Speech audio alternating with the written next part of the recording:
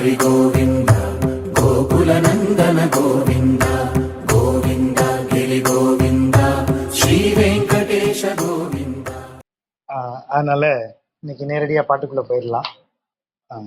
அதுக்கு முன்னாடி இந்த லாஸ்டா நீங்க பேசிட்டு இருந்ததுனால இந்த புதுவயல் அன்ன புதுவயல் அப்படின்னு சொல்லி அதுக்கு ஒரு பெயர் உண்டு ஸ்ரீவில்லிபுத்தூருக்கு.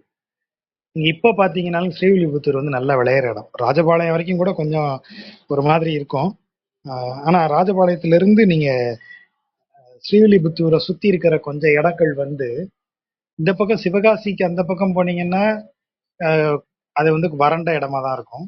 வெயில் அடிச்சுன்னு இருக்கும். ஸ்ரீவில்லிபுத்தூர்லயும் வெயில் உண்டு, ஆனா எதுவும் விளையாது, புஞ்சை பயிர்களா இருக்கும். இந்த பக்கம் நகண்டு போனீங்க அப்படின்னா இப்ப ஸ்ரீவில்லிபுத்தூர்ல இருந்து மதுரைக்கு போற வழியில இந்த டீ கல்லுப்பட்டி, நம்ம சொல்றது வந்து ராஜபாளையம், ஸ்ரீவில்லிபுத்தூர், அப்புறம் இடையில ஒரு பெரிய பொட்டல் வரும் கிருஷ்ணன் கோயில் வரைக்கும். அங்கிருந்து வத்திராயிருப்பு போயிடலாம். வத்திராயிருப்பு மலை தானிக்குடி அங்க போற பாதை. இந்த ஒரு இடம் மட்டும் பாத்தீங்கன்னா ரொம்ப கிரீனா இருக்கும். அது ஏதோ ஒரு ஒரு ஒரு ஒரு பாதை மாதிரி தனியா அது மட்டும் கிரீனா இருக்கும் அந்த இடத்துல. ஸ்ரீவில்லிபுத்தூர்ல இருந்து கொஞ்சம் தொலைவு ஒரு 20 கிலோமீட்டர் போனீங்கன்னா சிவகாசி சிவகாசி அவுட்டர் திருத்தங்கல் வந்துடும். திருத்தங்கல் பூராவுமே பொட்டல் கடா தான் இருக்கும். அங்க பூரா ஒண்ணுமே விளைஞ்சிருக்காது. ஆனா ஸ்ரீவில்லிபுத்தூர் இந்த ராஜபாளையம் இந்த பக்கம் அப்படியே அந்த ஐயனார் ஃபால்ஸ் அந்த மேற்கு தொடர்ச்சி மலையினுடைய அடிப்பாகம் வரைக்கும் போனோம்னா அது கொஞ்சம் திரும்பிக்கும். அந்த பக்கம் அப்படியே திண்டுக்கல் அந்த சைடா திரும்பிடும் மேற்கு தொடர்ச்சி மலை. இந்த ரோடு ஸ்ட்ரைட்டா மதுரைக்கு போகும்போது கல்லுப்பட்டி, கரெக்டா சொன்னா கலசலிங்கம் காலேஜ் இருக்கு இல்லையா, கிருஷ்ணன் கோயில், அதை தாண்டுற இடத்துல இருந்து அப்படியே விலகும் பாதை.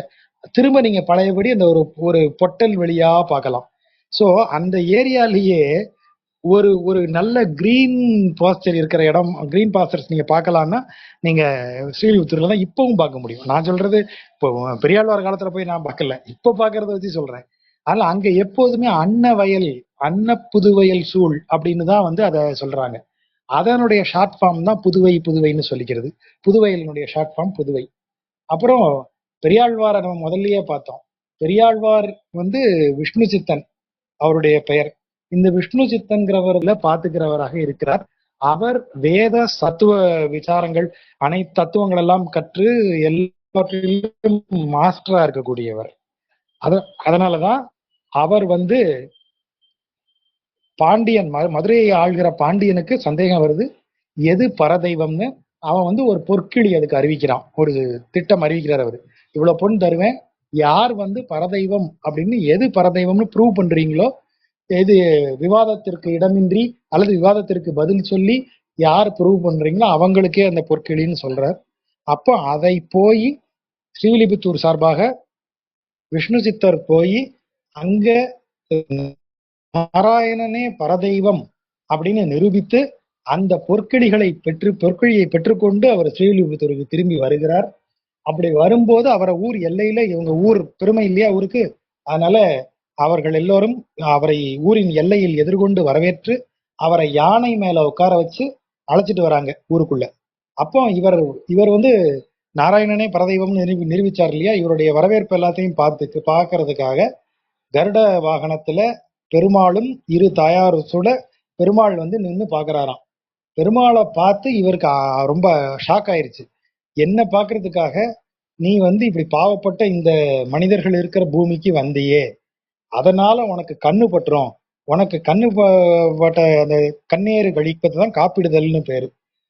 ஏற்கனவே பார்த்தோம், காப்பிடுதல்னாலே திருஷ்டி கழிக்கிறது தான். இந்த திருஷ்டி போறதுக்காக உனக்கு நான் வாழ்த்தா சொல்றேன்னு தான் அவர் பல்லாண்டு பாட ஆரம்பிக்கிறார். நம்ம முதல் பாட்டுல பார்த்தாங்க அவருக்கா, பல்லாண்டு பல்லாண்டு பல்லாயிரத்தாண்டு மனிதர்களது ஆண்டு பல்லாண்டு பல்லாண்டு பல்லாயிரத்தாண்டுங்கிறது தேவர்களுக்கு, அதற்கும் மேல போய் பல கோடி நூறாயிரம், அது ஒரு பிரம்மாவினுடைய ஆண்டு. இப்படி எல்லா காலங்களையும் தாண்டி நீ வாழ்வாயாக அவரு சொல்றாரு. அதுவும் எப்படி வாழணும்னு சொல்றாரு, மல்லாண்ட தெந்தோள் மணிவண்ணா, எல்லா காலத்திலையுமே நீ மல்லர்களை வெல்லும் அளவிற்கு ஒரு வலிமை உடையவனாக, அந்த இளமை மாறாதவனாக நீ எப்போதுமே இருக்கணும் அப்படின்னு அவனை வாழ்த்துறாரு அவர். அப்படி வந்தது. அதுல இருந்துதான் அவர் வந்து புதுவைக்கு அரசனாக புதுவைக்கோன் அப்படின்னு சொல்லப்படுகிற பெயர் வந்தது. அதற்கு பிறகு அவரே மகளை இவனுக்கு நாராயணனுக்கு மனம் செய்து நாராயணனுக்கே அவர் வந்து மாமனார் ஆனதுனால பெரியாழ்வார் அப்படிங்கிற பெயர் வந்ததாக ஒரு அதுதான் நம்பிக்கை. அந்த அடிப்படையில தான் நம்ம பேசுறோம். ஆனா பெரியாழ்வார் வந்து நிஜமாவே அவர் வந்து ஒரு எல்லாத்துலயும் மாஸ்டரா இருந்திருப்பாரா அப்படின்னா இந்த பாடல்களை படிக்கும்போது நமக்கு அதுல சந்தேகமே வராது. ஆமா, அந்த ஆள் பெரிய மாஸ்டர் தாங்கிறதுல எந்த சந்தேகமும் இல்லை. இந்த இந்த 10ஆம் திருமொழியில நீங்க பேசுனதை நான் கேட்கல, அதனால ஒருவேளை நீங்க சொன்னதே ரிப்பீட் ஆனாலும் ஆகலாம். இந்த பாட்டுல அவர் எப்படி ஆரம்பிக்கிறாரு பாருங்க. ஆற்றில் இருந்து விளையாடுவோங்களை, அதாவது விளையாடும் எங்களை சேற்றால் எரிந்து வளைதுகில் கை கொண்டு காற்றிற்கடியனாய், காற்றிற்கும் கடியனாய், அதாவது கடியன்னா அந்த இடத்துல கடிது அப்படின்னா மிக வேகமாகங்கிறதான் கடிது. கடிது செல் அப்படின்னா ரொம்ப வேகமா போ, எக்ஸ்ட்ரீம்லி ஸ்பீட், அதான் கடிது அத இந்த இடத்துல. சோ காற்றிற்கடி, காற்றை விட வேகமாக, காற்றிற்கடியனாய் ஓடி அகம்புக்கு, காத்தை விட வேகமா ஓடி வீட்டுக்குள்ள புகுந்துக்கிட்டு மாற்றமும் தாரானால் ஒரு பதிலும் சொல்லாமல் இருப்பவனால் இன்று இன்னையோட முடிஞ்சது எங்க கதை. நாங்க அவ்வளவுதான், ஒரு பதிலும் சொல்லாம இருக்கான். என்ன பதில் சொல்லாம இருக்கான்? நாங்க ஆத்துல நாங்க எல்லாருமா சேர்ந்து ஏதோ விளையாடிட்டு இருந்தோம். எங்க ஆடை அணிகலன்களை எல்லாம் கரையில வச்சுட்டு நாங்க விளையாடிட்டு இருந்த ஆத்துக்குள்ள இவன் வந்து ஆத்தங்கரையில இருக்கிற சேத்தை வலிச்சு எங்க மேல எரிஞ்சிட்டு நாங்க அதை திரும்ப கழுவுறதுக்குள்ள இவன் அங்க இருக்கு நாங்க வச்சுக்கிட்டு இருந்த ஆடை அணிகலன்கள், வளையல்கள், துகில், எங்களுடைய ஆடை அவ்வளவுத்தையும் கை கொண்டு அவ்வளத்தையும் கையில எடுத்துக்கிட்டு நாங்க அவனை பிடிக்க கூட முடியல, காத்தை விட வேகமா ஓடி உள்ள வீட்டுக்குள்ள புகுந்துட்டு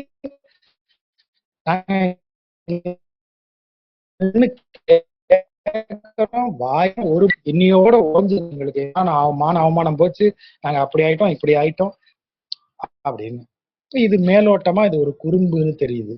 ஆனால் கொஞ்சம் கவனிச்சோம்னா இதனுடைய பொருள் வந்து வேற ஒண்ணா மாறுறத பார்க்கலாம். இந்த ஆறு, குளம், இந்த நீர்நிலைகள் எல்லாத்தையுமே இந்த இடத்துல இந்த உலகத்தினுடைய ஒரு ஒரு நாம் உருவாக்குற ஒரு உலகமா மனதில் வச்சுக்கோங்க. இந்த மாயையால் உருவாக்கப்பட்ட அல்லது இறைவனால் உருவாக்கப்பட்ட இந்த உலகத்துக்குள்ள நாம இருக்கும்போது நாம என்ன செய்யறோம்? இந்த உலகத்தில் திளைத்து விளையாடி நமக்கு மேல பல திரைகளை போட்டிருக்கோம். அதுதான் நம்முடைய அகங்காரம். அகங்காரத்தை பொறுத்த வரைக்கும் அதுக்கு அந்த மமகாரம் எப்படி பார்த்திப பரமாணுல இருந்து உருவாகிறதாக சைவ சித்தாந்தம் சொல்லும். அது கருவாக இருக்கும்போதே அதுக்குள்ள வந்து உட்கார்ந்துருது அப்படின்னு சொல்றாங்க. இந்த தான்கிற எண்ணம், தான்கிற எண்ணம் உருவானதும் தான் பரமாத்மாவே வந்து ஜீவாத்மாக்களை உற்பத்தி பண்ணுதுங்கிறது ஒரு கணக்கு. அப்போ தான் அப்படிங்கிற எண்ணத்தினால் உருவான எல்லாமே நமக்கு மேல் திரை போல் நாம அணிஞ்சுக்கிட்டே இருக்கோம். அப்படி அப்படி அது வந்து நீங்க வள்ளலாரினுடைய இதை பார்க்கலாம். அதனாலதான் அவர் 7 திரைகளா சொல்றாரு. எதையெல்லாம் நம்ம ஆன்மாவிடமிருந்தே நம்ம ஆன்மாவை மறைக்கக்கூடிய 7 திரைகள் அப்படின்னு சொல்லி அவர் ஒரு 7 லிஸ்ட் போடுவார். அதனாலதான் இன்னைக்கும் வடலூர்ல ஜோதி தரிசனம்ங்கிறது 7 திரைகளை நீக்கி அதற்கு பிறகு ஒரு ஜோதி வடிவாக அந்த கண்ணாடியில காமிக்கிறது தான் ஐதீகம். அந்த ஐதீகம் என்ன? 7 விதமான மாயைகளால், 7 விதமான திரையால் நாம் மூடப்பட்டு இருக்கிறோம். எதிலிருந்து மூடப்பட்டு இருக்கிறோம்? நம்முடைய ஆத்மாவை நாமே அறிவதிலிருந்து, நம்முடைய ஆத்மா எப்படி பரமனுடையது அப்படிங்கிறத அறிவதிலிருந்து, பரமனை அறிவதிலிருந்து 7 திரைகளால் மூடப்பட்டு இருக்கிறோம்னு நம்ம அதை எடுத்துக்கிறோம். ஆகவே திரைங்கிறது இங்க 7ஆ 8ஆங்கிற கணக்கு இல்லை. திரை அப்படிங்கிறதே ஆடை, உடலை மூடுவது ஆடை. அப்போ இந்த திரைங்கிறது இறைவனை நாம பார்க்க விடாம, இறைவனை நாம் உணர விடாமல் நம்மை இந்த உலகத்தோடு பிணைக்கக்கூடிய, நமது அகந்தையினால், நமது அகத்தினால் உருவாகக்கூடிய ஒவ்வொரு விஷயமுமே இங்கு ஒரு திரை தான், ஆடை தான். அதனாலதான் இறைவன் முன் நிர்வாணியாய் நிற்பாய் அப்படின்னு சொல்லி பைபிள்ல இருக்கிற வாசனமும் அப்படிதான் சொல்லும். அவன் முன்னாடி நாம நிர்வாணமா நிக்கணும்னா என்ன அர்த்தம்? ஆடை களைஞ்சு நிக்கிற அர்த்தத்துல இல்ல. நான்கிற உணர்வோட நமக்கு மேல நான் ராஜகோபாலன், நான் வந்து இப்படி பேச முடிஞ்சவன், நான் வந்து இதையெல்லாம் செய்ய முடிஞ்சவன், நான் இதை படித்தவன், இந்த நான்கிறது எதுவும் இல்லாம அவன் முன்னாடி போய் நீ நிக்கணும். அப்படி நிக்க முடிஞ்சாதான் நீ நிர்வாணிங்கிற அர்த்தம். இந்த இடத்துல அதுதான். சோ இந்த இடம் வந்து இவன் என்ன பண்ணுவான்? அப்படி இல்லைன்னா இறைவனுடைய லீலை என்ன செய்யும்? நீ போட்டிருக்கிற திரைகளை என்றாவது ஒரு நாள் நீ சும்மா கழட்டி வச்சிருந்தா கூட ஒரு நொடி அது திரைதான்னு நீ உணர்ற செகண்ட்ல அவன் தூக்கிட்டு ஓடி போயிடுவான். அது அவனுடைய விளையாட்டு. அதுவும் எப்படி அவன் கொண்டு போறான் பாருங்களேன். சேற்றால் எரிந்து நம்ம போனதுலயும் பார்த்தோம். அவன் செய்யக்கூடிய லீலை நம்மை கடுமையாக கஷ்டப்படுத்தும், சோதனை செய்யும். அதனாலதான் புண்ணில் புலி பெய்தார் போல்னு போன தடவை சொன்னாங்க இல்லையா, போன கடைசி இதை பார்க்கும்போது, புண்ணில் புலி பெய்தால் ஒக்கும் தீமையெல்லாம் இவன் செஞ்சுட்டு என்னைய கஷ்டப்படுத்துறான்னு சொல்றோம் இல்லையா. ஆனா அவன் நிஜமாவே நமக்கு என்ன செய்யறான், நம்மை சுற்றி இருக்கிற திரைகளை அகற்றுகிறான். நாம பத்தினால் அந்த திரைகளை இழுத்து பிடிச்சிருக்கோம், அதனால அதை அவன் பிய்த்து எடுக்கும்போது நமக்கு வலிக்குது. அதுதான் அந்த சேற்றால் எரியது. நம்ம கஷ்டத்தை கொடுத்து நாம வச்சிருக்கிற திரைகளை எல்லாத்தையும் தூக்கிட்டு ஓடி வந்துடுறோம். திரைகளை தூக்கின உடனே நம்ம கதறோம், என்னைய சோதிக்கிறியே, என்னை இப்படி செய்யறியே, எனக்கு சங்கடத்தை கொடுக்கறியே, என்னை ஏன் இந்த உலகத்துல இவ்வளவு கஷ்டப்படுத்துற, எனக்கு மட்டும் ஏன் இவ்வளவு சோதனைகளை செய்யற, அவன் நல்லா இருக்கானே, இவன் நல்லா இருக்கானே, இப்படி எல்லாம் நம்ம புலம்பும் போது இந்த பையன் பதிலேயே சொல்லாம இருப்பான். மாற்றமும் தாரானால் இப்படி இருந்தா நாங்க என்ன ஆவோம், இன்னையோட முடிஞ்சது எங்க கதை. அப்படி அந்த இடம் தான். அடுத்தடுத்து வர்ற பாடல்களை பூரா கவனிங்க, இதே விஷயத்தை எப்படியெல்லாம் கொண்டு வருதுன்னு பாருங்க.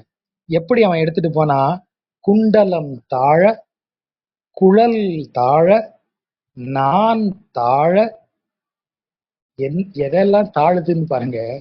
அத அவன் அடுத்த வரி இந்த வரி சேர்த்து பார்த்ததான் அந்த சுவை.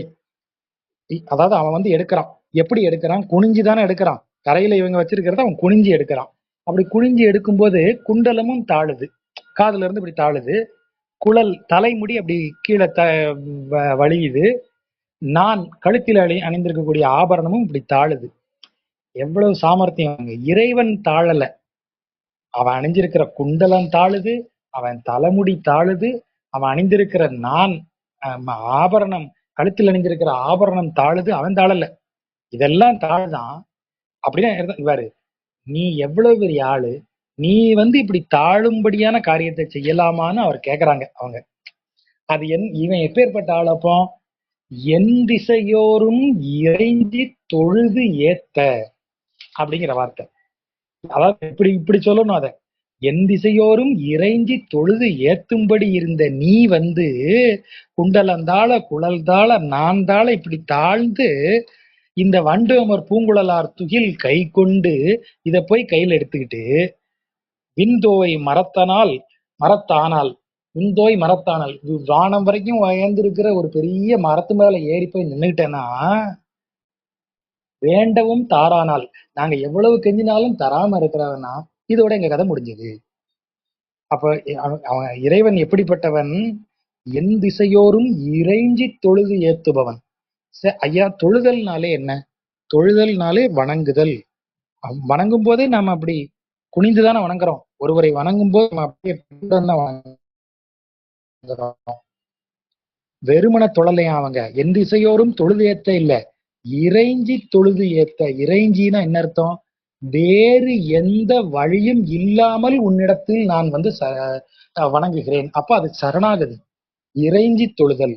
ஐயா எனக்கு சாப்பிட வழி இல்ல, ஒருவேளை சாப்பாட்டுக்கு வழி இல்ல, எனக்கு 5 ரூபா தர்மம் பண்ணுங்கன்னு ஒருத்தன் கேட்கறதுக்கு பேர் என்னது, இறைஞ்சுதல். இறைஞ்சுதல்னா வேறு எந்த வாய்ப்புகளும் இன்றி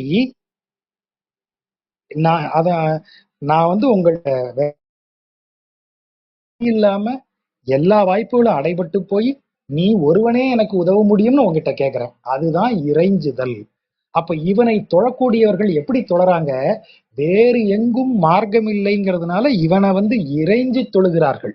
யாரு, என் திசை, என் திசைகளிலும் இருக்கக்கூடிய மன்னர்களாகட்டும், முனிவர்களாகட்டும், தேவர்களாகட்டும், என் திசையின் காவலர்களாகட்டும், எந்த திசையில இருக்கிற எல்லாருமே இவன் தவிர வேறு ஒருவரும் இல்லை என்பதை சொல்லி உணர்ந்தவர்களாக அவனை தொழுகிறார்கள். அதனாலதான் இறைஞ்சி தொழுது ஏத்த. எப்படி தொழுகிறார்கள், எனக்கு இது கொடு, எனக்கு இன்னது கொடு, எனக்கு தர்மம் பண்ணேன்னு இவன் வந்து பிச்சை கேட்கல, தொழுது ஏத்த புகழ்கிறார்கள் இவனை. நீங்க வந்து எனக்கு ஒண்ணு குடுன்னு கேட்கல, நீ அப்பேற்பட்டவன், நீ இவ்வளவு பெருமைகளை உடையவன், நீ இவ்வளவு புகழ் உடையவன், நீ இன்னென்னதெல்லாம் செய்ய முடிந்தவன், இப்படியாக அவனை சொல்லுகிறார்கள். எதற்காக சொல்லுகிறார்கள், அவனே கதி, அவன் தான் நமக்கு நற்கதி அழிக்க முடியுங்கிறதுனால அவனை தவிர யாரும் இல்லை என்பதால் அவனை புகழ்ந்து ஏத்துகிறார்களே தவிர அவன்கிட்ட இறைஞ்சி வேற ஒண்ணும் கேட்கல. அதுதான் இந்த வெறும் 3 வார்த்தைகள் தான். ஆனா அதுல எவ்வளவு பொருள் வைக்கிறாரு பாருங்க. என் திசையோரும் இறைஞ்சி தொழுது ஏத்த, அப்படி புகழ, உன்னை புகழும்படியாக, உன்னிடம் இறைஞ்சி எதையும் கேட்கவில்லை, உன்னிடத்துல இறக்கவில்லை, அவங்க உன்னை ஏத்துகிறார்கள். தொழுது ஏத்த அப்படின்னா உன்னை புகழ்ந்து சொல்றது. எப்படி? மிகுந்த வணக்கத்துடன் சொல்லுகிறார்கள். அந்த வணக்கமும் எப்படி வருது? உன்னை தவிர வேறு கதி இல்லை என்பதை உணர்ந்ததனால் உள்ள வணக்கத்தோடு உன்னை புகழ்கிறார்கள். அப்படிப்பட்ட புகழுடைய நீ இப்படி தாழ்மையான காரியத்தை செய்யலாமா? அப்ப இறைவன் தாழ்ந்துட்டான்னு சொல்ல முடியாது இல்லையா? அதனால ரொம்ப சாமர்த்தியமா இறைவன் குனியும் போது குண்டலம் தாழ, குழல் தாழ, நான் தாழ அப்படின்னு ஒரு வார்த்தையை போடுறாரு. அதெல்லாம் தாழும்படி செய்யறிய நீ அப்படின்னு என்ன அர்த்தம்? டைரக்டா அவனை சொல்லல.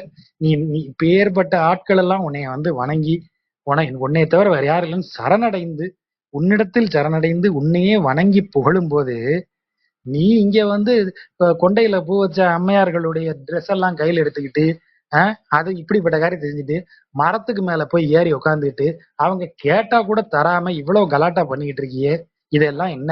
அதான் அந்த கேள்வி. அப்ப இறைவனை கவனிச்சு பாருங்க. அவன் வந்து நம்மள்ட்ட வந்து இப்ப நம்மளை சீன்றான், நம்மளை சோதனை பண்றான்னா ஒரு விஷயம் தெரிஞ்சுக்கணும். குறைந்தபட்சம் அவனை தொழுது இறைஞ்சி புகழ்ந்து ஏத்துவதற்கு எத்தனையோ பேர் இருக்கிறாங்க. இருந்தும் நம்மள்ட்ட வந்து விளையாடுறான்னா அது அவன் நம்ம மேல் கொண்ட கருணை தான். அது இந்த பாட்டுல தெரியணும். அவன் இறங்கி வந்து அதை செய்யறான், நமக்காக இறங்கி வருகிறான், அவனிடத்திலிருந்து அவன் இறங்கி வருகிறான். அதனாலதான் தாழங்கிற வார்த்தை திரும்ப திரும்ப வருது. அவன் வந்து இதை செய்யணுங்கிற அவசியமே இல்லை. இறைவன் அவனை நாடி வருபவர்களுக்கு அவன் அருளக்கூடியவன். ஆனா அவனே வந்து நம்மள்ட்ட ஒரு வேலையை செய்யறான், நம்மையும் ஒரு ஆளா மதிச்சு சோதனை செய்கிறான் அப்படின்னா நம்மளே ஒரு ஆளா மதிச்சிருக்காங்கிறத நீ வச்சுக்கோ, மனசுல வச்சுக்கோ. அதுதான் பெரியாழ்வார் சொல்றது. குண்டலம் தாழ இறைவன் அப்படி இறங்கி வந்து உனக்கு செய்யறாங்க. நீ உடுத்திட்டு போட்ட ட்ரெஸ்ஸ கரையில எடுத்து வச்சுன்னா அதை தூக்கிட்டு போறதுக்கு அவன் என்ன இதுவா? அவன் ஏன் அதை செய்யறான்? நீ உன்னுடைய மாயைகளை அவன் அகற்றுகிறான். உன்னுடைய மாயை அகற்றி அவன் கொண்டு போறான். அதை செய்யணும்னு அவனுக்கு என்ன அவசியம்? அதையெல்லாம் கடந்தவர்கள் எல்லாம் அவனை எந்த நேரமும் புகழ்வதற்கு தயாரா நிக்கிறாங்க. அவன் பொல்மொழியை கேட்டுட்டு சும்மாவே நின்றுட்டு இருக்கலாமே, பேசாமலேயே இருக்கலாமே. ஆனா அவன் உனக்காக இறங்கி வரான். அதான் அவன் தாழ்ந்து வருகிறான் நமக்காக. அதான் குண்டலம் தாழ. அவன் தாழ்ந்து வருவதனால் அவன் புகழ் தாழவில்லை, அவன் தாழவில்லை, அவன் தாழ்ந்து வருவது நமக்காக. அதனாலதான் அவன் தாழ்ந்தான்னு சொல்லாம குண்டலம் தாழ, குழல் தாழ, நான் தாழ அப்படின்னு ஒரு வார்த்தையை சொல்லுகிறார்.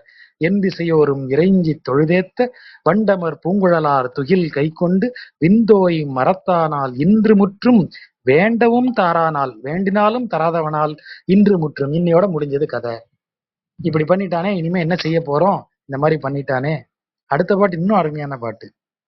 தடம்படு தாமரை பொய்கை கலக்கி விடம்படு நாகத்தை வால் பற்றி ஈர்த்து படம்படு பைந்தலை மேல் எழப் பாய்ந்திட்டு உடம்பை அசைத்தானால் இன்று முற்றும், உச்சியில் நின்றானால் இன்று முற்றும். எவ்வளவு கிட்டத்தட்ட அந்த சித்தரு பாடல்கள்ல இருக்கக்கூடிய ஒரு ஸ்டைல் அப்படியே இதுல நீங்க போட்டு பார்க்கலாம். தடம்படு பொய்கை. தடம்புனா என்ன அர்த்தம்? பரந்த, நல்ல விரிந்த அப்படிங்கிறதுதான் தடகை. எப்படிப்பட்ட பொய்கை? தாமரை பொய்கை. அப்ப பொய்கைனா என்ன அர்த்தம்? நல்ல மலர்கள் மலர்ந்து மனம் வீசக்கூடிய, அனைவரும் விரும்பக்கூடிய, அனைவரும் பயன்படுத்தக்கூடிய ஒரு நீர்நிலையாகத்தான் அந்த பொய்கை இருக்கு. பெரிய பொய்கை, சின்ன பொய்கை இல்ல, தடம்படு தாமரை பொய்கை.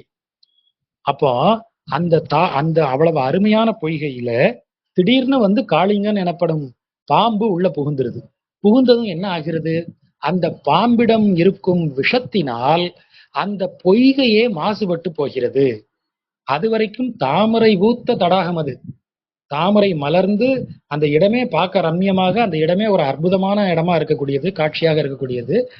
எப்போ காளிங்கன் 5 தலைகளை உடைய காளிங்கன் உள்ளே நுழைந்தானோ அப்பவேயே அவனிடமிருந்து வந்த விஷத்தால் அந்த பொய்கை முழுவதுமே நஞ்சாக மாறி அந்த பொய்கையின் கரையில் இருக்கக்கூடிய மரங்கள் எல்லாம் கூட வாடி போகும்படி ஆயிருச்சு. அப்ப எது பொய்கை? நம்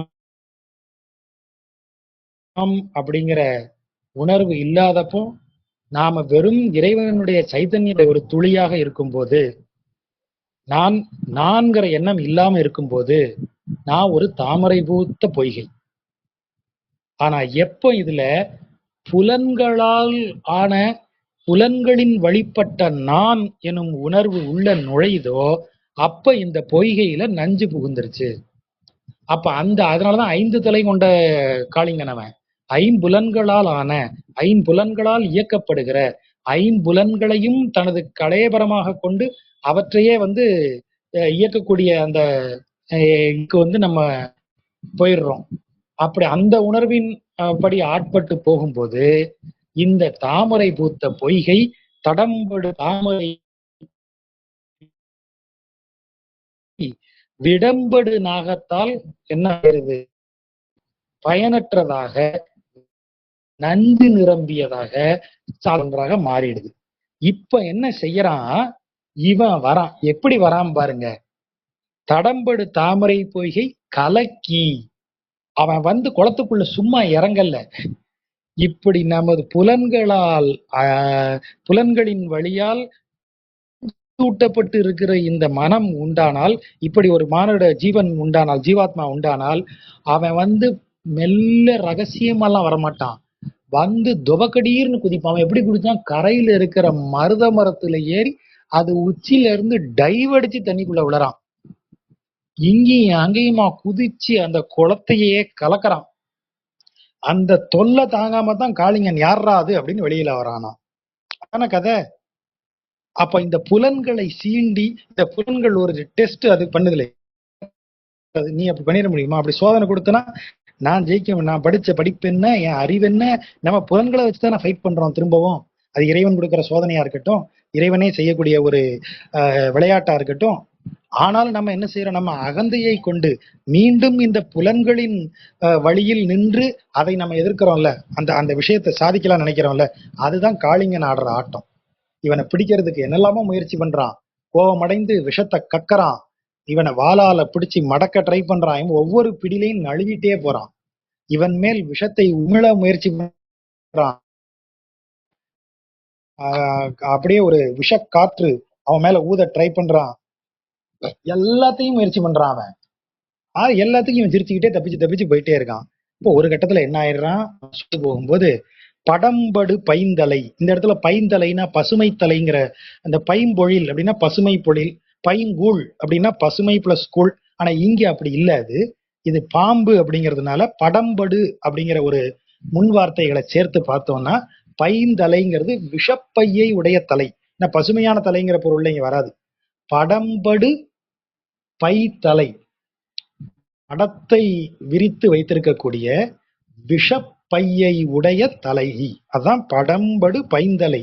அந்த தலைக்கு மேல் எழ பாய்ந்திட்டு அதுக்கு மேல ஏறி பாஞ்சி நின்னுட்டு உடம்பை அசைத்தானால், அவன் நாட்டியம் ஆடி இருக்கானா, அதான் உடம்பை அசைத்தானால்.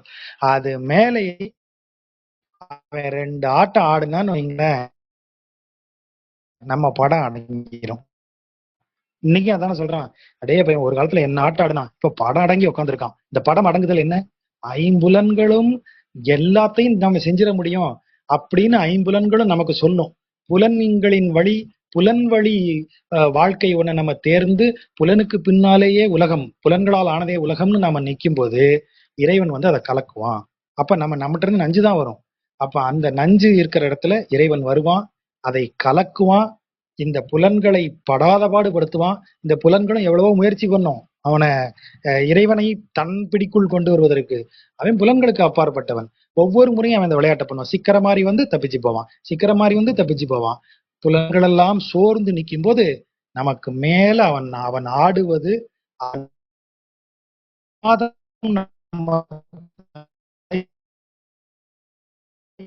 மேல இருக்கிறத நம்ம உணர. நீங்க யோசிச்சு பாருங்க, அவன் ஏன் தலைக்கு மேல ஆடுறான்? அவன் ஆனா என் தலைமேல் அவன் பாதங்கள் பதிவதை நான் உணர முடியும். அப்ப இறைவன் எனக்கு ஒண்ணு செய்யறான், எனக்கு சோதனை செய்யறான்.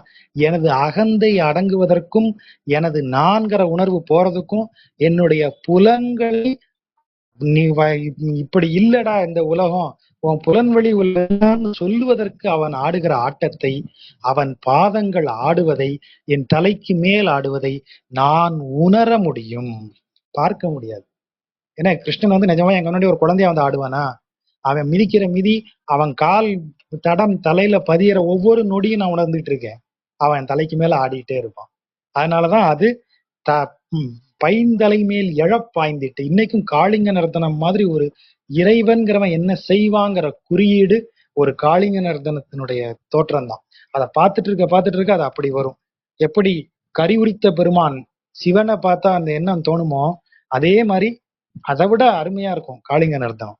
அது ஒரு குழந்தை, அது அப்படிதான் இருக்கும். அவனுக்கு அது கிடையாது. அவனுக்கு வெறும் விளையாட்டு தான், எல்லாம் விளையாட்டு தான். அவனுக்கு குழந்தைக்கு எல்லாமே விளையாட்டு தான். ஒரு குழந்தை ஒரு கொலையே பண்ணா கூட அது கேக்குன்னு சிரிச்சிட்டு தான் இருக்கும், ஏதோ விளையாடுறாங்க போல அப்படின்னு அது நினைக்கும். அவன் ஒரு குழந்தை அந்த இடத்துல. இறைவன் கண்ணன்கிற ஒரு குழந்தையாக வந்து இந்த புலன்களின் ஆட்டத்தை அத்தனையும் ஒண்ணும் இல்லாம அந்த அவன் ஒரு குழந்தை ஆடினா என்ன வலிக்கும்? அதனாலதான் அந்த மெத்துன்னு இருக்கிற அந்த குட்டி பாதம் தலைக்கு மேல ஆடும். அது இறைவனின் லீலைன்னு உணரும் போது அது மெத்துங்கிற குழந்தை பாதம் ஆயிரும். ஆமாயா, நீ இப்படிலாம் செஞ்சுதான் என்னுடைய நகை என்னுடைய பைந்தலை விஷத்தை பூரா நீ முடியும் நான் உணர்ற செகண்ட்ல அது குழந்தையினுடைய மென் பாதங்களாக பஞ்சு பாதங்களா ஆயிரும். அதை நான் உணர்ந்துட்டே இருக்க முடியும். ஆகவேதான் அவன் தலைக்கு மேல நின்று ஆடுறது.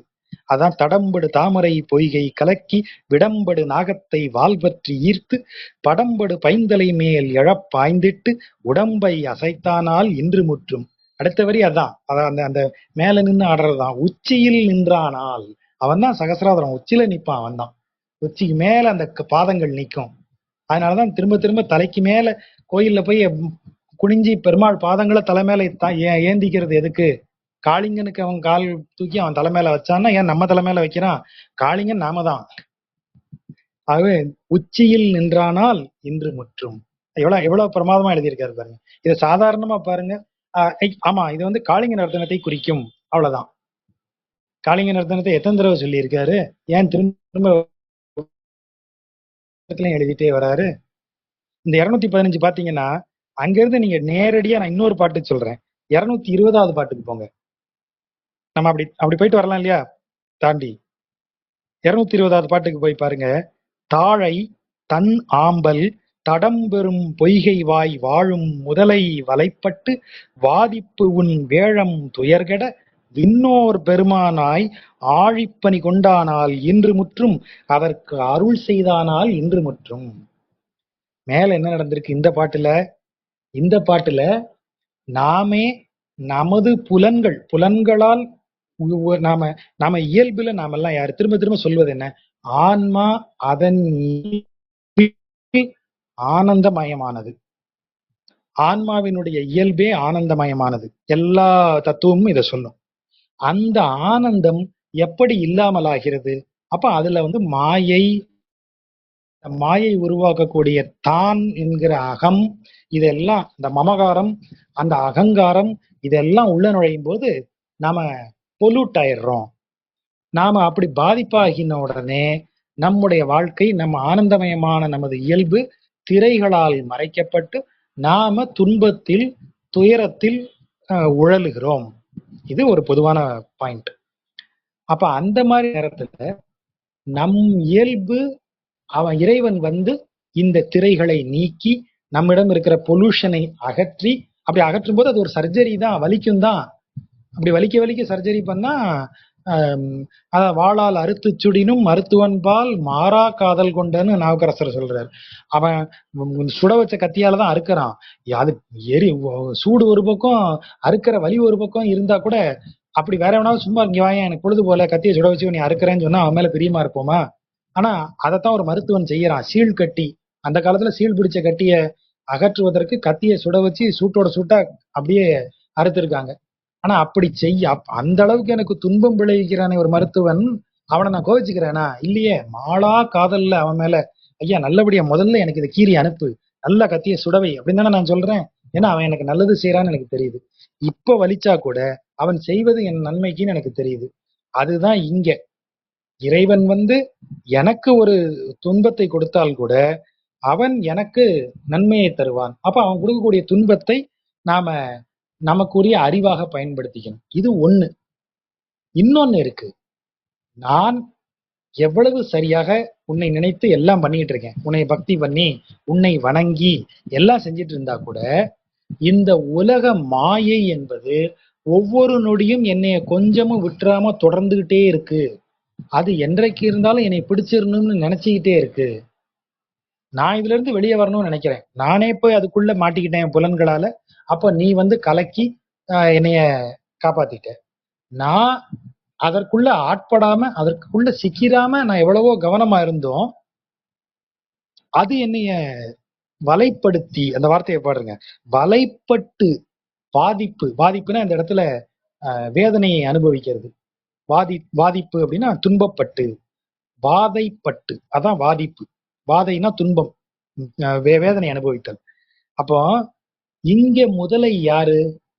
நம்முடைய மாயை. இந்த உலக மாயை என்ன செய்யும்? முதலை எப்படி இருக்குமா? அந்த வார்த்தையை கவனிங்க. தாழைனா என்ன? தாழம்பூ.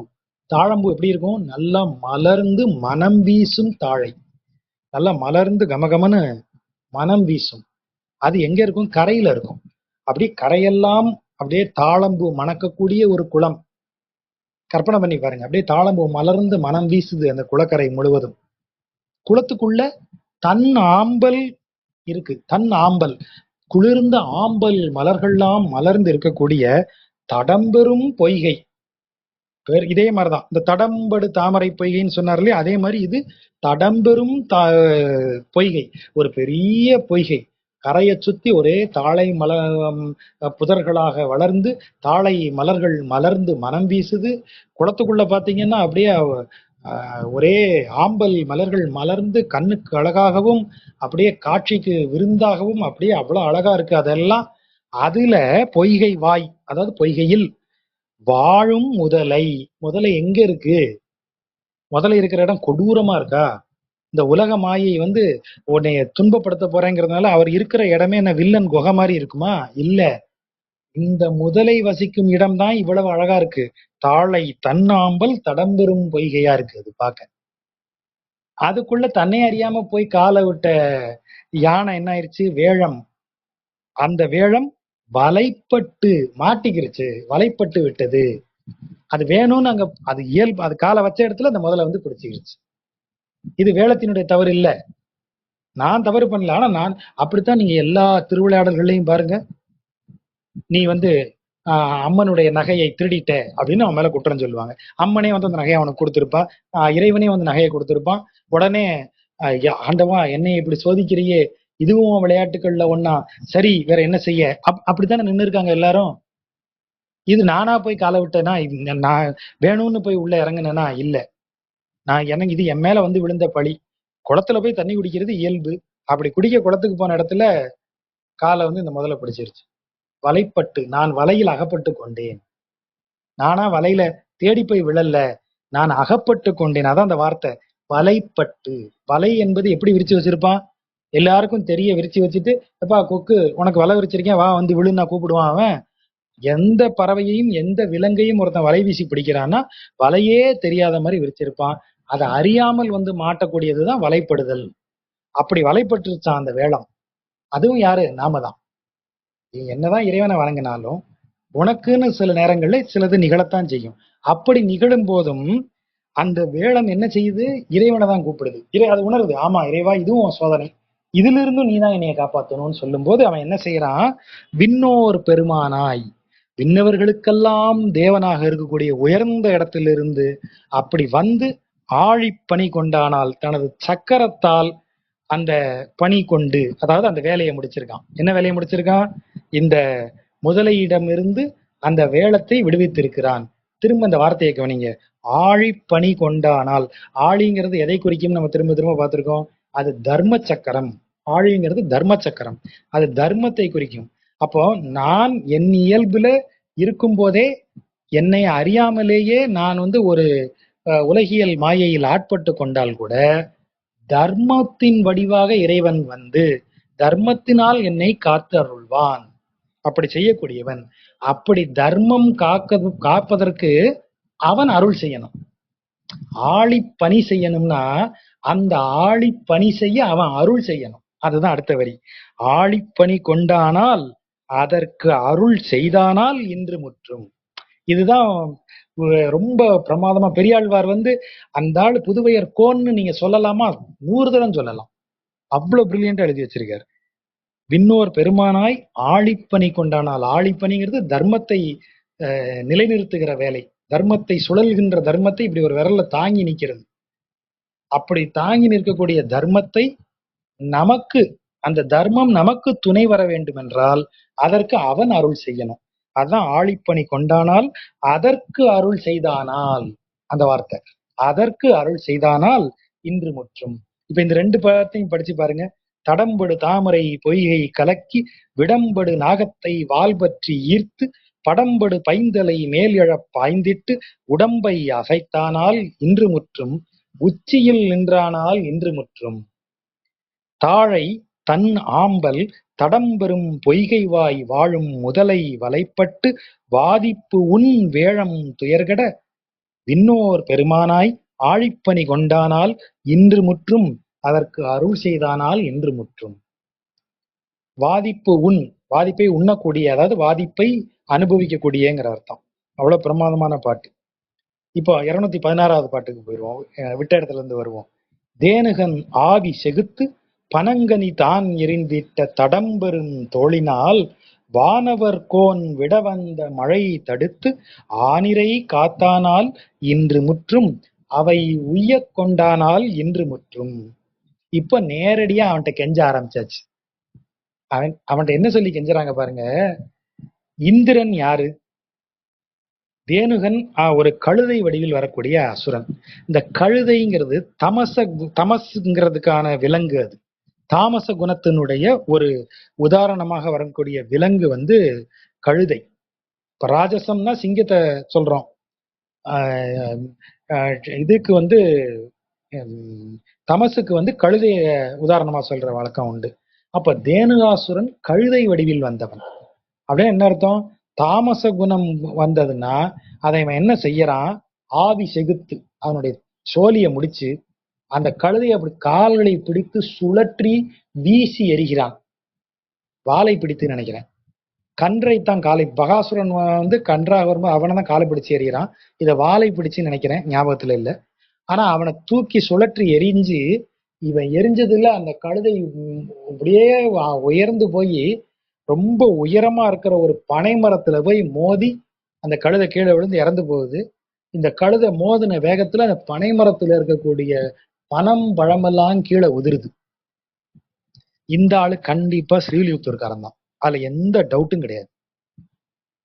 ஏன்னா இந்த பனங்கனி உதிரன்னு வேற எங்கேயாவது ஒரு பாட்டுல இருக்கா?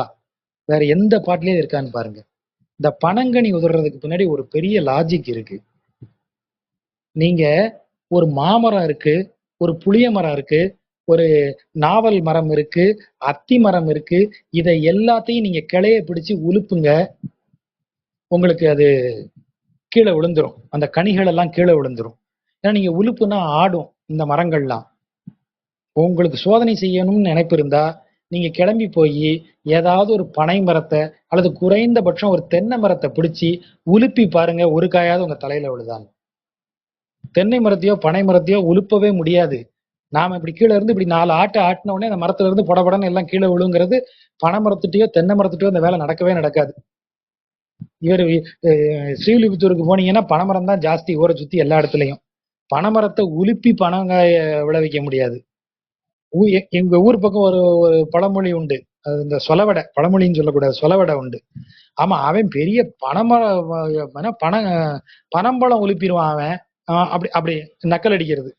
ஆமா, இவன் பெருசா எல்லாம் கிழிச்சிருவான் அப்படின்னு சொல்றது போல, ஆமா இவன் பெரிய பனம்பழம் உலுப்பிடுவான் வந்து பேசிட்டு இருக்கான், இப்படி சொல்லுவாங்க. இந்த ஆள் அதை எழுதியிருக்கிறாரு பாருங்க. பனங்கனி தான் எரிந்திட்ட.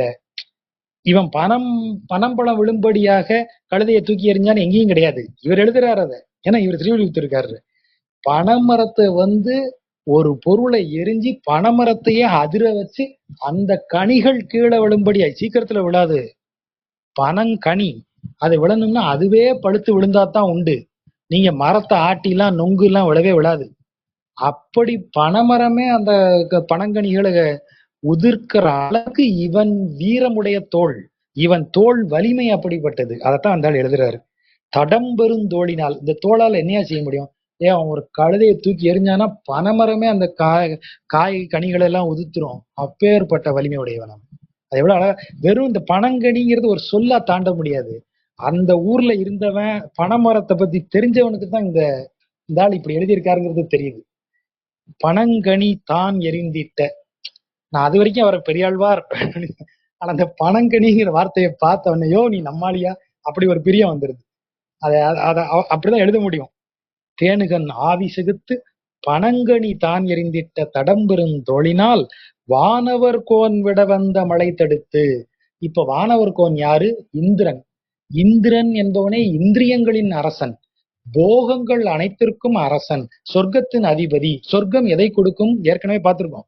சொர்க்கம் என்பது புலன்களுக்கான இன்பங்கள் அனைத்தையும் தரக்கூடிய இடம்தான் சொர்க்கம். சொர்க்கத்துல கற்பக விருட்சம் இருக்கு, கேட்டதையெல்லாம் கொடுக்கும். அப்ப அதுக்கு கீழே போய் நின்றுட்டு நானே பரதெய்வமாக வேண்டும்னு கேட்டா அது கொடுக்குமா? அது கொடுக்காது. அப்ப கேட்டதெல்லாம் கொடுக்கணும் என்ன அர்த்தம்? உன் புலன்கள் கேட்டதையெல்லாம் அது கொடுக்கும்பா. எனக்கு நல்ல சாப்பாடு வேணும் கேளு, எனக்கு நல்ல வீடு வேணும், எனக்கு நிறைய பணம் வேணும், எனக்கு நிறைய கார் வேணும், பங்களா வேணும், அழகிய பெண்கள் வேணும், இப்படி என்ன வேணாலும் உன் புலன்களுக்கு என்னென்ன வேணுமோ அது எல்லாத்தையும் கேளு, அந்த கற்பக விருட்சம் கொடுக்கும். புலன்களை மீறி செல்லக்கூடிய எதையும் அது கொடுக்காது. எதனால் அதை சொர்க்கத்துல கொண்டு வச்சிருக்கீங்க? சொர்க்கம் என்பதே போக பாக்யாதிகளுக்கான இடம். நீங்கள் புலன்களால் அனுபவிப்பதற்கான விஷயங்கள் இருக்கக்கூடிய இடம். இந்திரியங்களால் எதையெல்லாம் அனுபவிக்க முடியுமோ அதற்கான இடம்தான் சொர்க்கம். இந்திரியங்களுக்கான அத்தனை மகிழ்ச்சியும், அதற்கான அனைத்து கருவிகளும், அதற்கான அனைத்து சாதனங்களும் இருக்கும் இடம்தான் சொர்க்கம். அதற்கு அதிபதி யாரு? இந்திரன். அந்த இந்திரன் கோவப்படுறானா, என்னடா அது நம்மள புலன்களை வழங்கிட்டு இருந்த ஒருத்தன் இப்ப திடீர்னு இவனை வணங்கினா என்ன நடக்கும்? புலன்கள் கோவப்படும், அவன் பாதைக்கு அதை இழுக்கும். நீ இறைவனை வணங்கும் போது எல்லாரும் வந்து கம்ப்ளைண்ட், தியானத்துல உட்கார்ந்தவனே எனக்கு தியானத்துல உட்கார்ந்ததாங்க வேற மாதிரி நினைப்பெல்லாம் வருது. ஆமா, இந்திரன் கோவப்படுவான். இவ்வளவு நாள் ஒழுங்கா என்னை வழிபட்டுட்டு இருந்தியே, இப்ப என்னத்துக்கு உனக்கு இந்த வேலை அப்படின்னு அவன் கோவப்படத்தான் செய்வான். அப்படி கோவப்படும் போதும் யார் காப்பாத்துவா? இவன் தான் காப்பாத்துவான். இவன் எவ்வளவு வலிமை உடையவன்? இந்திரியங்களை விட வலிமை உடையவன். அதத்தான் அவர் சொல்றாரு, பனங்கனி தான் எரிந்திட்ட தடம்பெரும் தோளினால். அப்பேற்பட்ட தோல்னால மலையவே தூக்கி நிப்பாட்டி இந்திரன் விட வந்த மழை தடுத்து, வானவர் கோனாகிய இந்திரன் விட வந்த மழை தடுத்து ஆனிரை காத்ததனால். மறுபடியும் ஞாபகப்படுத்திக்கிறேன், ஆனிரை நாம தான், ஜீவாத்மாக்கள் தான். அவன் ஒருத்தன் தான் வந்து பாலன், கோபாலன், அவனே கோவிந்தன், அவன் தான் பசுக்களை பாதுகாப்பவன். நாமெல்லாம் பசுக்கள். நம்மை காத்தான், ஆனிரை காத்தானால் அப்பந்தான் என்னைய உய்விக்க முடியும். அவனாலதான் என்னை உய்விக்க முடியும். என்னை உய்வதற்குரிய வலிமையை கொண்டவன் அவன். அதான் உய்ய கொண்டான். இந்த திருச்சி பேர்ல கால்வாய் இருக்கு, உய்ய கொண்டான்ங்கிற பேர்ல. அந்த பேர்ல ஒரு ஆச்சாரியார் இருந்திருக்கிறார், உய்ய கொண்டான். என்ன அழகான பேர் பாருங்க. நான் உய்ய கொண்டவன் அவன். நான் உய்யணும்னா அவனை கொல்லணும். ஆனிரை காத்தானால் வெறுமன் அவன் காக்கல, காத்து உய்விப்பவன் அவன். ஆனிரை காத்தானால் உய்ய கொண்டானால் இன்று முற்றும். எவ்வளவு அழகா சொல்றாங்க பாருங்க அந்த வார்த்தைய. தேனுகன் அவன் கொன்னா, எப்படி கொன்னாங்கிறத ஒரு விளக்கத்தை சொல்றாரு. அவ்வளவு வலிமை உடையவன். ஏன் அவ்வளவு வலிமை உடையவனாக அவனை சொல்லணும்? ஏன்னா இந்திரியங்களின் வலிமை அப்படிப்பட்டது, புலன்களின் வலிமை அப்படிப்பட்டது. அப்ப புலன்களின் வலிமையால் அந்த புலன்களுக்கெல்லாம் தெய்வமான இந்திரன் வந்து கோவப்பட்டா கூட அந்த கோபத்திலிருந்து பசுக்களாகிய நம்மை காத்து நம்மை உய்விக்க கூடிய அளவிற்கு தடம்பெரும் தோழினான் அவன். அவனாலதான் முடியும். உய்ய கொண்டானால் முற்றும். இவ்வளவு அழகான பாட்டு. ஆய்ச்சியர் சேரி அலைதயிர் பால் உண்டு பேர்த்து அவர் கண்டுபிடிக்க பிடியுண்டு வேய்த்தடந்தோழினார் வெண்ணெய்கொள் மாட்டாது அங்கு ஆப்புண்டு இருந்தானால் இன்று முற்றும் அடியுண்டு அழுதானால் இன்று முற்றும். இந்த பாட்டை சும்மா யோசிச்சு பாருங்க. இந்த பாட்டுக்கு என்ன பொருள்? இவ்வளவு செய்ய வந்த இறைவன், இந்த அந்த ஆட்சியருக்கே சொல்றது. இவ்வளவு நேரம் கம்ப்ளைண்ட் பண்றது யாரு? ஆட்சியர் தானே. இந்த ஆட்சியர்கிட்ட மாட்டி அவன் வந்து உங்கள்கிட்ட எல்லாம் மாட்டிக்கிட்டு, நீங்க வச்ச தயிர் பாலை எல்லாம் தின்னுட்டு, நீங்க கடைஞ்செடுத்து வச்ச வெண்ணெய திருட முடியாம அவன் மாற்ற மாதிரி மாட்டி பிடிபட்டு இல்ல, அந்த வார்த்தையை கவனிங்க, பிடி உண்டு, அவர் கண்டுபிடிக்க பிடி உண்டு, பிடிக்கு தன்னை ஒப்பு கொடுத்து, சரி பிடிச்சுக்க அப்படின்னு அவர் ஒப்பு கொடுத்துக்கிட்டு, ஆப்புண்டு, கட்டுப்பட்டு, கயிறினால் ஆப்புண்டுன்னா கட்டப்பட்டு, அவங்களால அவங்க கட்டி போட்டுறாங்களா அவனை, அப்படி கட்ட போட்டு கிடந்து அடி வாங்கி அலறானா அவன். அப்படின்னு என்ன அர்த்தம்? நீங்க இதெல்லாம் பேசுறீங்களே, நீங்க இப்படிதான் அவனை கட்டி போட்டு அவனை அழ வச்சீங்க, அழுதுகிட்டு இருந்தான்னா உங்களுக்கு ஒண்ணும் ஆகாது, அவ்வளவுதான். அவனால உங்களுக்கு தெரிஞ்சது அவ்வளவுதான். அவனை வெண்ண திருட விடுங்க, உங்களுக்கு அவன் உய்ய கொண்டானா ஆவான், உங்களை வேற இடத்துக்கு எடுத்துட்டு போவான், உங்க களத்தை வெறுங்கலமாக்கி அவன் உடைக்கணும், அப்பதான் உனக்கு நற்கதி. அப்படி இல்லாம அவனை நான் பிடிச்சிருவேன்னு நினைச்சேன்னா அவன் பிடிக்க அகப்படுவான், அகப்படுற மாதிரி இருப்பான். அதான் பிடிப்புண்டு, பிடியுண்டு, பிடிபட்டு, அதுவும் அவனே நினைச்சுதான் பிடிபடுறான். அங்க வெண்ணெய உண்ணாமல், அந்த வார்த்தையை கவனிங்க, பால் உண்டு தயிர் உண்டு வெண்ணெய் கொள் மாட்டாது. வெண்ணெயை திங்கும் போது மட்டும் தான் மாட்டிக்கிறானா அவன், வெண்ணெயை திருட முடியாம மாட்டிக்கிறானா. அங்க கட்டுப்பட்டு அவன் இருப்பான், கட்டி போட்டீங்கன்னா அப்படி புலன்களுக்கு கட்டுப்பட்ட மாதிரி அவன் இருப்பான், அவன் அலற மாதிரி இருப்பான், ஆனா பாதிப்பு உனக்கு தான் அந்த வார்த்தை. ஏன்னா அவன் எப்படிப்பட்டவன் தெரியுமா? அவனை பிடிச்சு கட்டி போட்டமே நீ நினைக்காத. அவன் அடுத்த பாட்டினுடைய 2வது வரிய கவனிங்க, உள்ளத்தின் உள்ளே அவளை உற நோக்கி. அவன் சாதாரண இல்ல, இன்னைக்கு என்னவோ அவன் ஓடிட்டு திரியறான், பிடிச்சு கட்டி போட்டேன், அவன் வெண்ணெய் திருட விடாம பிடிச்சிட்டேன், நீ பீத்திக்க. ஆனா அவன் யாரு தெரியுமா? தள்ளி தளிர் நடையிட்டு இளம் பிள்ளையாய், நடக்கவே முடியாம தவழ்ந்து வந்துட்டு இருக்கிற கூடிய சிறு பருவத்திலேயே உள்ளத்தினுள்ளே அவளை உற நோக்கி, வந்திருக்கிறவளுடைய நோக்கம் என்னங்கிறத அவளுடைய உள்ளத்தின் உள்ளேயே ஆழமாக பார்த்து, கள்ளத்தினால் வந்த பேச்சு இவள் என உணர்ந்து முலை உயிர் துள்ளச் சுவைத்தானால், அப்படி வந்த பேச்சியினுடைய முலையை அவளது உயிரையே உறிஞ்சும்படி சுவைத்தவனாமாம். அப்போ உங்ககிட்ட அவன் கட்டுப்பட்டு, உங்ககிட்ட பிடிபட்டு கட்டுப்பட்டு அழுதுட்டு இருக்கானே நீ நினைக்காத. அவன் தவழ்ந்துட்டு இருக்கக்கூடிய சிறு குழந்தையாக இருக்கும் போதே அவன் வந்திருக்கிறவ யாரு? அவளுடைய உள்ளத்தின் ஆழத்தை சென்று பார்த்து உற்று நோக்கி உணர்ந்து அவள் கள்ளத்தனத்தை அறிந்து அவளது முலையில் பால் அருந்துவது போல் அவள் உயிரை துள்ளச் சுவைத்தான். அவள் கத்தி கதறினாலும் விடல. அந்த அந்த காட்சியை டிஸ்கிரைப் பண்ணுவாங்க, அந்த இது பாகவத்துல படிச்சு பாருங்க. அவ என்ன செய்யறாளாம், நீங்க இந்த பூதகி இதுல பார்க்கலாம், கதகளியில ஒரு இடம் வரும், அந்த குழந்தைய அவ மார்ல இருந்து பிச்சு எடுக்க ட்ரை பண்றா பூதகி. ஐயோ இது உறிஞ்சுறது நம்ம உயிரையும் சேர்த்து உறிஞ்சுதேன்னு அவளுக்கு தெரியுது. உயிர் ஆவேசத்துல அந்த குழந்தைய மார்ல இருந்து பிச்சு எடுக்க ட்ரை பண்றா, முடியல. அந்த குழந்தை விடாம உறிஞ்சிட்டு இருக்கு, கதறா. அந்த குழந்தை இப்படி மார்புல இருந்து பித்து எடுக்க ட்ரை பண்றா. அதுதான் துள்ள சுவைத்தானால். அவன்கிட்ட கள்ளத்தனம் காமிச்சு அவன்கிட்ட போனா, நீங்க நல்ல பக்தி காமிச்சு போனாலே அவன் 40 சோதனை பண்ணித்தான் நம்மள கடைசியா என்னன்னு கேட்பான். நீ கள்ள பக்தியோட போனா என்ன செய்வான்? அதுதான் இங்க நடக்குது. தள்ள தளிர் நடையிட்டு இளம் பிள்ளையாய், உனக்கு என்ன நினைப்பு இருந்திருக்கும்? இது நடக்க கூட தெரியாத பிள்ளை, தவழ்ந்துட்டு தான் இருக்கு, இதை ஈஸியா ஏமாத்திரலான்னு நீ நினைக்கிற. அப்ப இறைவன் காருண்யமானவன், கருணை வடிவானவன். நம்ம கேட்ட தெரியும், அவனுக்கு என்ன தெரியா போகுது, நேர்ல நிக்கவா போறான். இப்படி நீ இறைவனை தவள தெரியாத குழந்தையா நினைச்சுக்கிட்டு நீ சும்மா கள்ளத்தனமா ஒரு பக்தி பண்ணிட்டு அவன்கிட்ட போனன்னா அவன் என்ன பண்ணுவான்? அவன் கள்ளத்தினால் வந்த பேச்சு முலை உயிர் துள்ளச் சுவைத்தானால், இதெல்லாம் அவன் செய்ய முடியும். அதை விட முக்கியமான வார்த்தை ஒண்ணு இருக்கு, துவக்கு அற உண்டானால். துவக்கு அறனா என்ன அர்த்தம்? அந்த இடத்துல ஒரு தனக்கு அதுல தொடர்பு இல்லாதபடி, அதுல எந்த டச்சும் இல்லாதபடி, ஸ்பரிசம் இல்லாதபடி அப்படின்னு பெரியவாச்சான் பிள்ளை எழுதுறாரு இது. அதாவது அப்படி என்னன்னா, இப்படி ஒரு உயிரை அப்படியே அப்படியே அவளை அள்ளி அணைச்சி இறுக்கி அதெல்லாம் செய்யல. வாய வச்ச செகண்ட்ல உயிரை உரியறான். அவ என்னெல்லாமோ ட்ரை பண்றா, அந்த குழந்தைய அவ தள்ளி வைக்க முடியல. அவன் அதுக்குள்ள உயிரோட அவளை அவ மார்போட சேர்த்து உயிரையும் உறிஞ்சிட்டான் அவன். அவனுக்கு அதுல ஒரு சிறு தொடர். அதாவது அப்படின்னு என்ன அர்த்தம்? அவ முலையில் நஞ்சு தோய்த்து கொண்டு வந்தவள். அந்த நஞ்சு அவனை தொடவே இல்லை. அதான் இறைவன். நீ உன் கள்ளத்தன பக்தியோட அவன்கிட்ட போனா உன் கள்ளத்தனம் அவனை பொல்யூட் பண்ணாது. அவன் துவக்கு அற துள்ளச் சுவைக்கக்கூடியவன். உன்னுடைய எந்த குணமும், நீ இதுக்கு மேல் உள்ள பாட்டுக்கு போய் பாருங்க, அங்க அவனை பிடிச்சிட்டேன், கட்டி போட்டேன், அவன் கட்டி போட்டவனே அழுதுகிட்டு இருக்கான், அடி வாங்கி அழுதுகிட்டு இருக்கான், நீ உன்னுடைய வெற்றியா நினைக்காத. அது கிடையாது. அவனுக்கு நீ அடிக்கிறேன் மிதிக்கிறேன் உன் நஞ்சு இது எதுவும் அவனை தொடவே தொடாது. அவனுக்கு அதுல எந்த சம்பந்தமும் கிடையாது.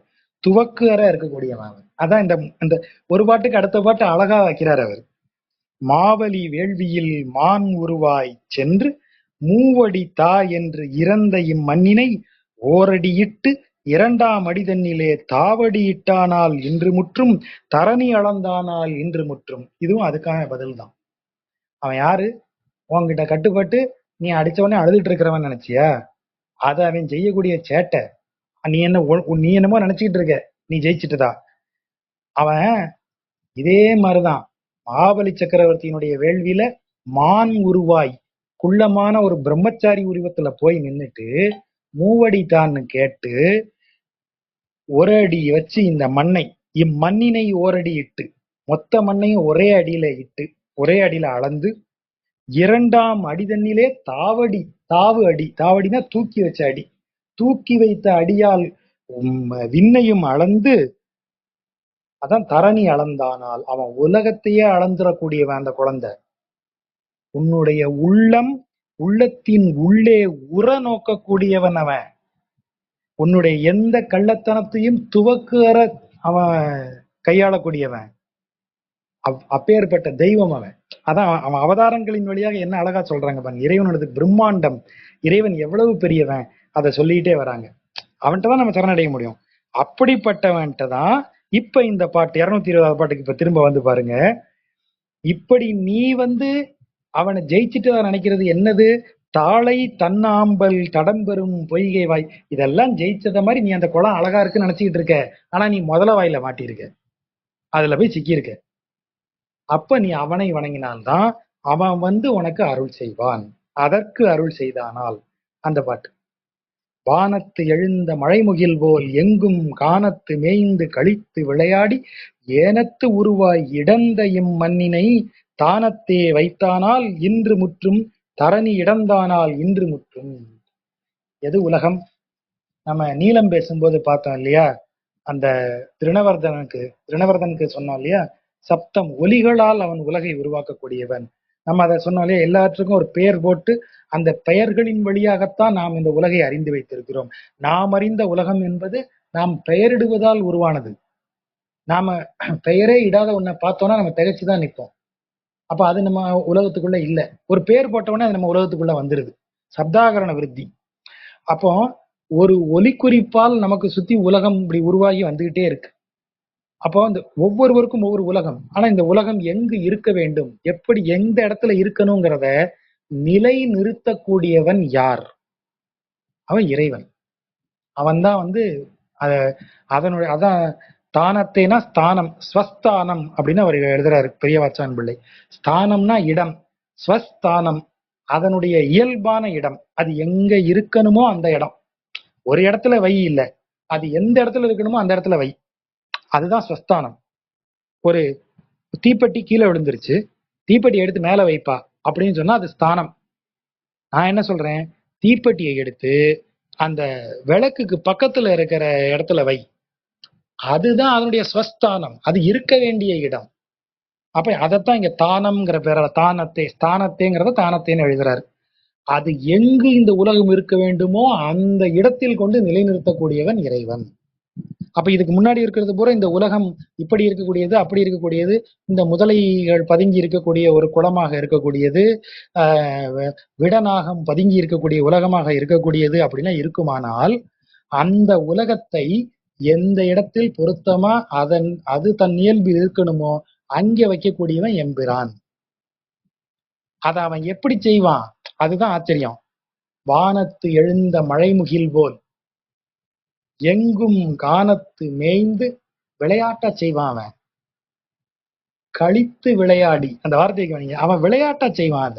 அவனுக்கு அது லீலை.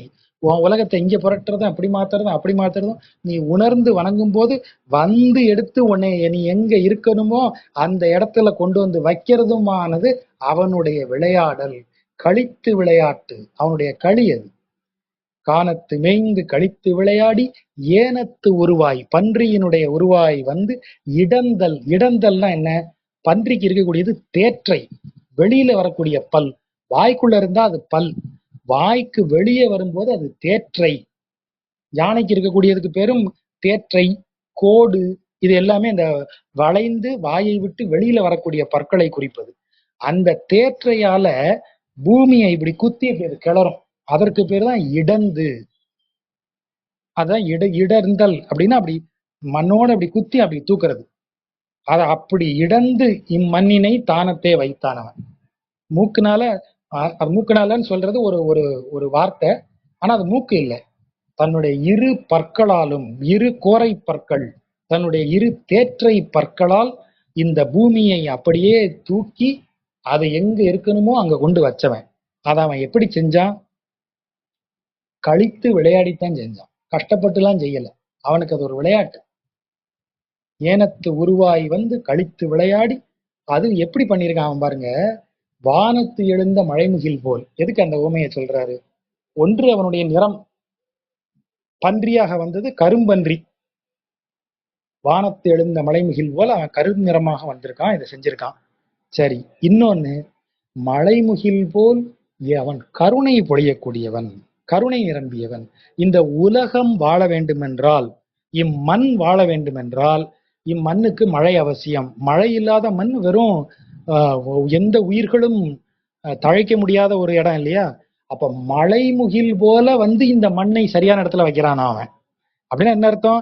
இந்த மண் செழிப்பதற்கு, இந்த மண் ப்ராஸ்பர் ஆறதுக்கு, ப்ராஸ்பெரிட்டி, இந்த மண்ணினுடைய வளம் பெருகுவதற்கு அவன்தான் காரணம். அதனாலதான் இந்த வார்த்தை, வானத்து எழுந்த மழைமுகில் போல் வந்து இங்க கழித்து விளையாடி. எந்த உருவத்துல? ஏனத்து உருவத்துல, பன்றியின் உருவத்துல விளையாடி. எந்த உருவத்துல வேணாலும் அவன் வருவான். நீ கேவலம் நினைக்கலாம், ஆனா அதுதான் வந்து இந்த பூமியை அது இருக்கிற இடத்துல கொண்டு வைக்கலாம். இன்றைக்கும் பன்றி இருக்கிற காடு தான் செழிப்பான காடு. எந்த காட்டுல பன்றி இல்லையோ அந்த காடு வறண்ட காடு தான். பன்றி இல்லாத காடு காடே கிடையாது. பன்றி இருந்தாதான் அது செழிப்பான காடு. இன்னைக்கும் உண்டு. அது ஏனத்து உருவாய் வந்து இடந்து இம்மண்ணினை கொண்டு அந்த இடத்துல வச்சிருக்கிறவன். அவன் தரணி இடந்தான். பூமியவே கொண்டு போய் மூக்குல தூக்கி ஒரு இடத்துல வைக்கக்கூடியவன். அப்பேற்பட்டவன், அவனை வணங்குவோம்.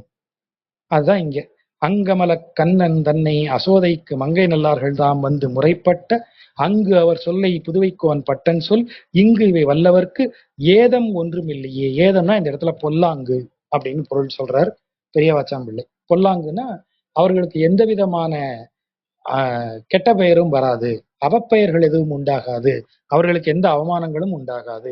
அவர்கள் அதாவது இந்த இந்த இவ்வளவு நேரம் பார்த்தோம் இல்லையா, இந்த இதனால் பீடிக்கப்படுவது, இந்த உலக விஷயங்களால் பீடிக்கப்பட்டு அடையக்கூடிய துன்பங்கள் எதுவும் அவர்களுக்கு வராது அப்படின்னு சொல்லிடுறார்.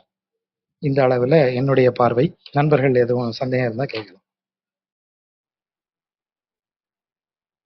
நீங்க என்ன இருந்தாலும் கவிஞர் கல்பனா, அதனால உங்களுக்கு கூடுதல் பொருளா தான் இருக்கும்னு நினைக்கிறேன். கொஞ்சம் அதிகமா தான் இருக்கும். அந்த முதல் முறை படிக்கும் போதே இந்த மெட்டபர்னு எனக்கு அதுவே கொஞ்சம் கஷ்டமா இருக்கு. அது வெறும லீலையா படிக்கணும் முதல்ல அப்படின்னு எனக்கு தோணுது. முதல்ல லீலையா படிச்சுட்டு அதோடைய மறைபொருள் அப்புறம் படிக்கணும். ஆமா ஆமா, அதுதான் சரி. அதான் கரெக்டான மெத்தட் இல்லையா?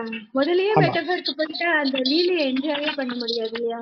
ஆமா ஆமா, அதனாலதான் முதல்ல நண்பர்கள் எல்லாருமே அதனுடைய மொழி, அது 3 அடுக்கு எப்போதும் நான் சொல்லிக்கிட்டே இருக்கிறது. ஒண்ணு அதனுடைய மொழி அழகு, இரண்டாவது அதுல இருக்கக்கூடிய நாடகீய தருணங்கள், அது காண்பிக்கக்கூடிய காட்சி இருக்கு இல்லையா, ஒரு ஒரு ஒரு பொயட்டிக் சீன், ஒரு காட்சி அப்படி அவ்வளவு அழகா நம்ம உணர்ந்து அனுபவிக்கக்கூடிய ஒரு காட்சியை அங்க வைக்கக்கூடியது.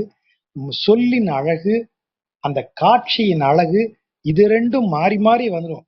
அதிலிருந்து உணரத்தக்க ஒன்று. இது எல்லாமே எக்ஸ்பீரியன்ஸ்டு. அது மட்டும் ரியலைஸ்டா ஒரு மீனிங் இருக்கு இல்லையா, அது உள்ள ஒளிஞ்சு இருக்கும். அது இந்த ரெண்டுக்கு அப்புறம் தான் அது வரும். இந்த ரெண்டு வராம நேரடியா அது வராது. இந்த ரெண்டின் வழியாக அது உணர்த்தப்படும். ஆகவேதான் உணர்த்தப்படுவதை குறித்து கடைசியா தான் பேசணும். அனுபவிப்பதை முதல்ல பேசிடணும். அதற்கு பிறகுதான் உணர்த்தப்படுவது வரணும். உங்க வாசிப்பு கரெக்ட். அப்படிதான், அதுதான் சரி. ஆனா ரொம்ப பியூட்டிஃபுல்லா இருக்கு. நல்லூர் தான் இது கிடைச்சது.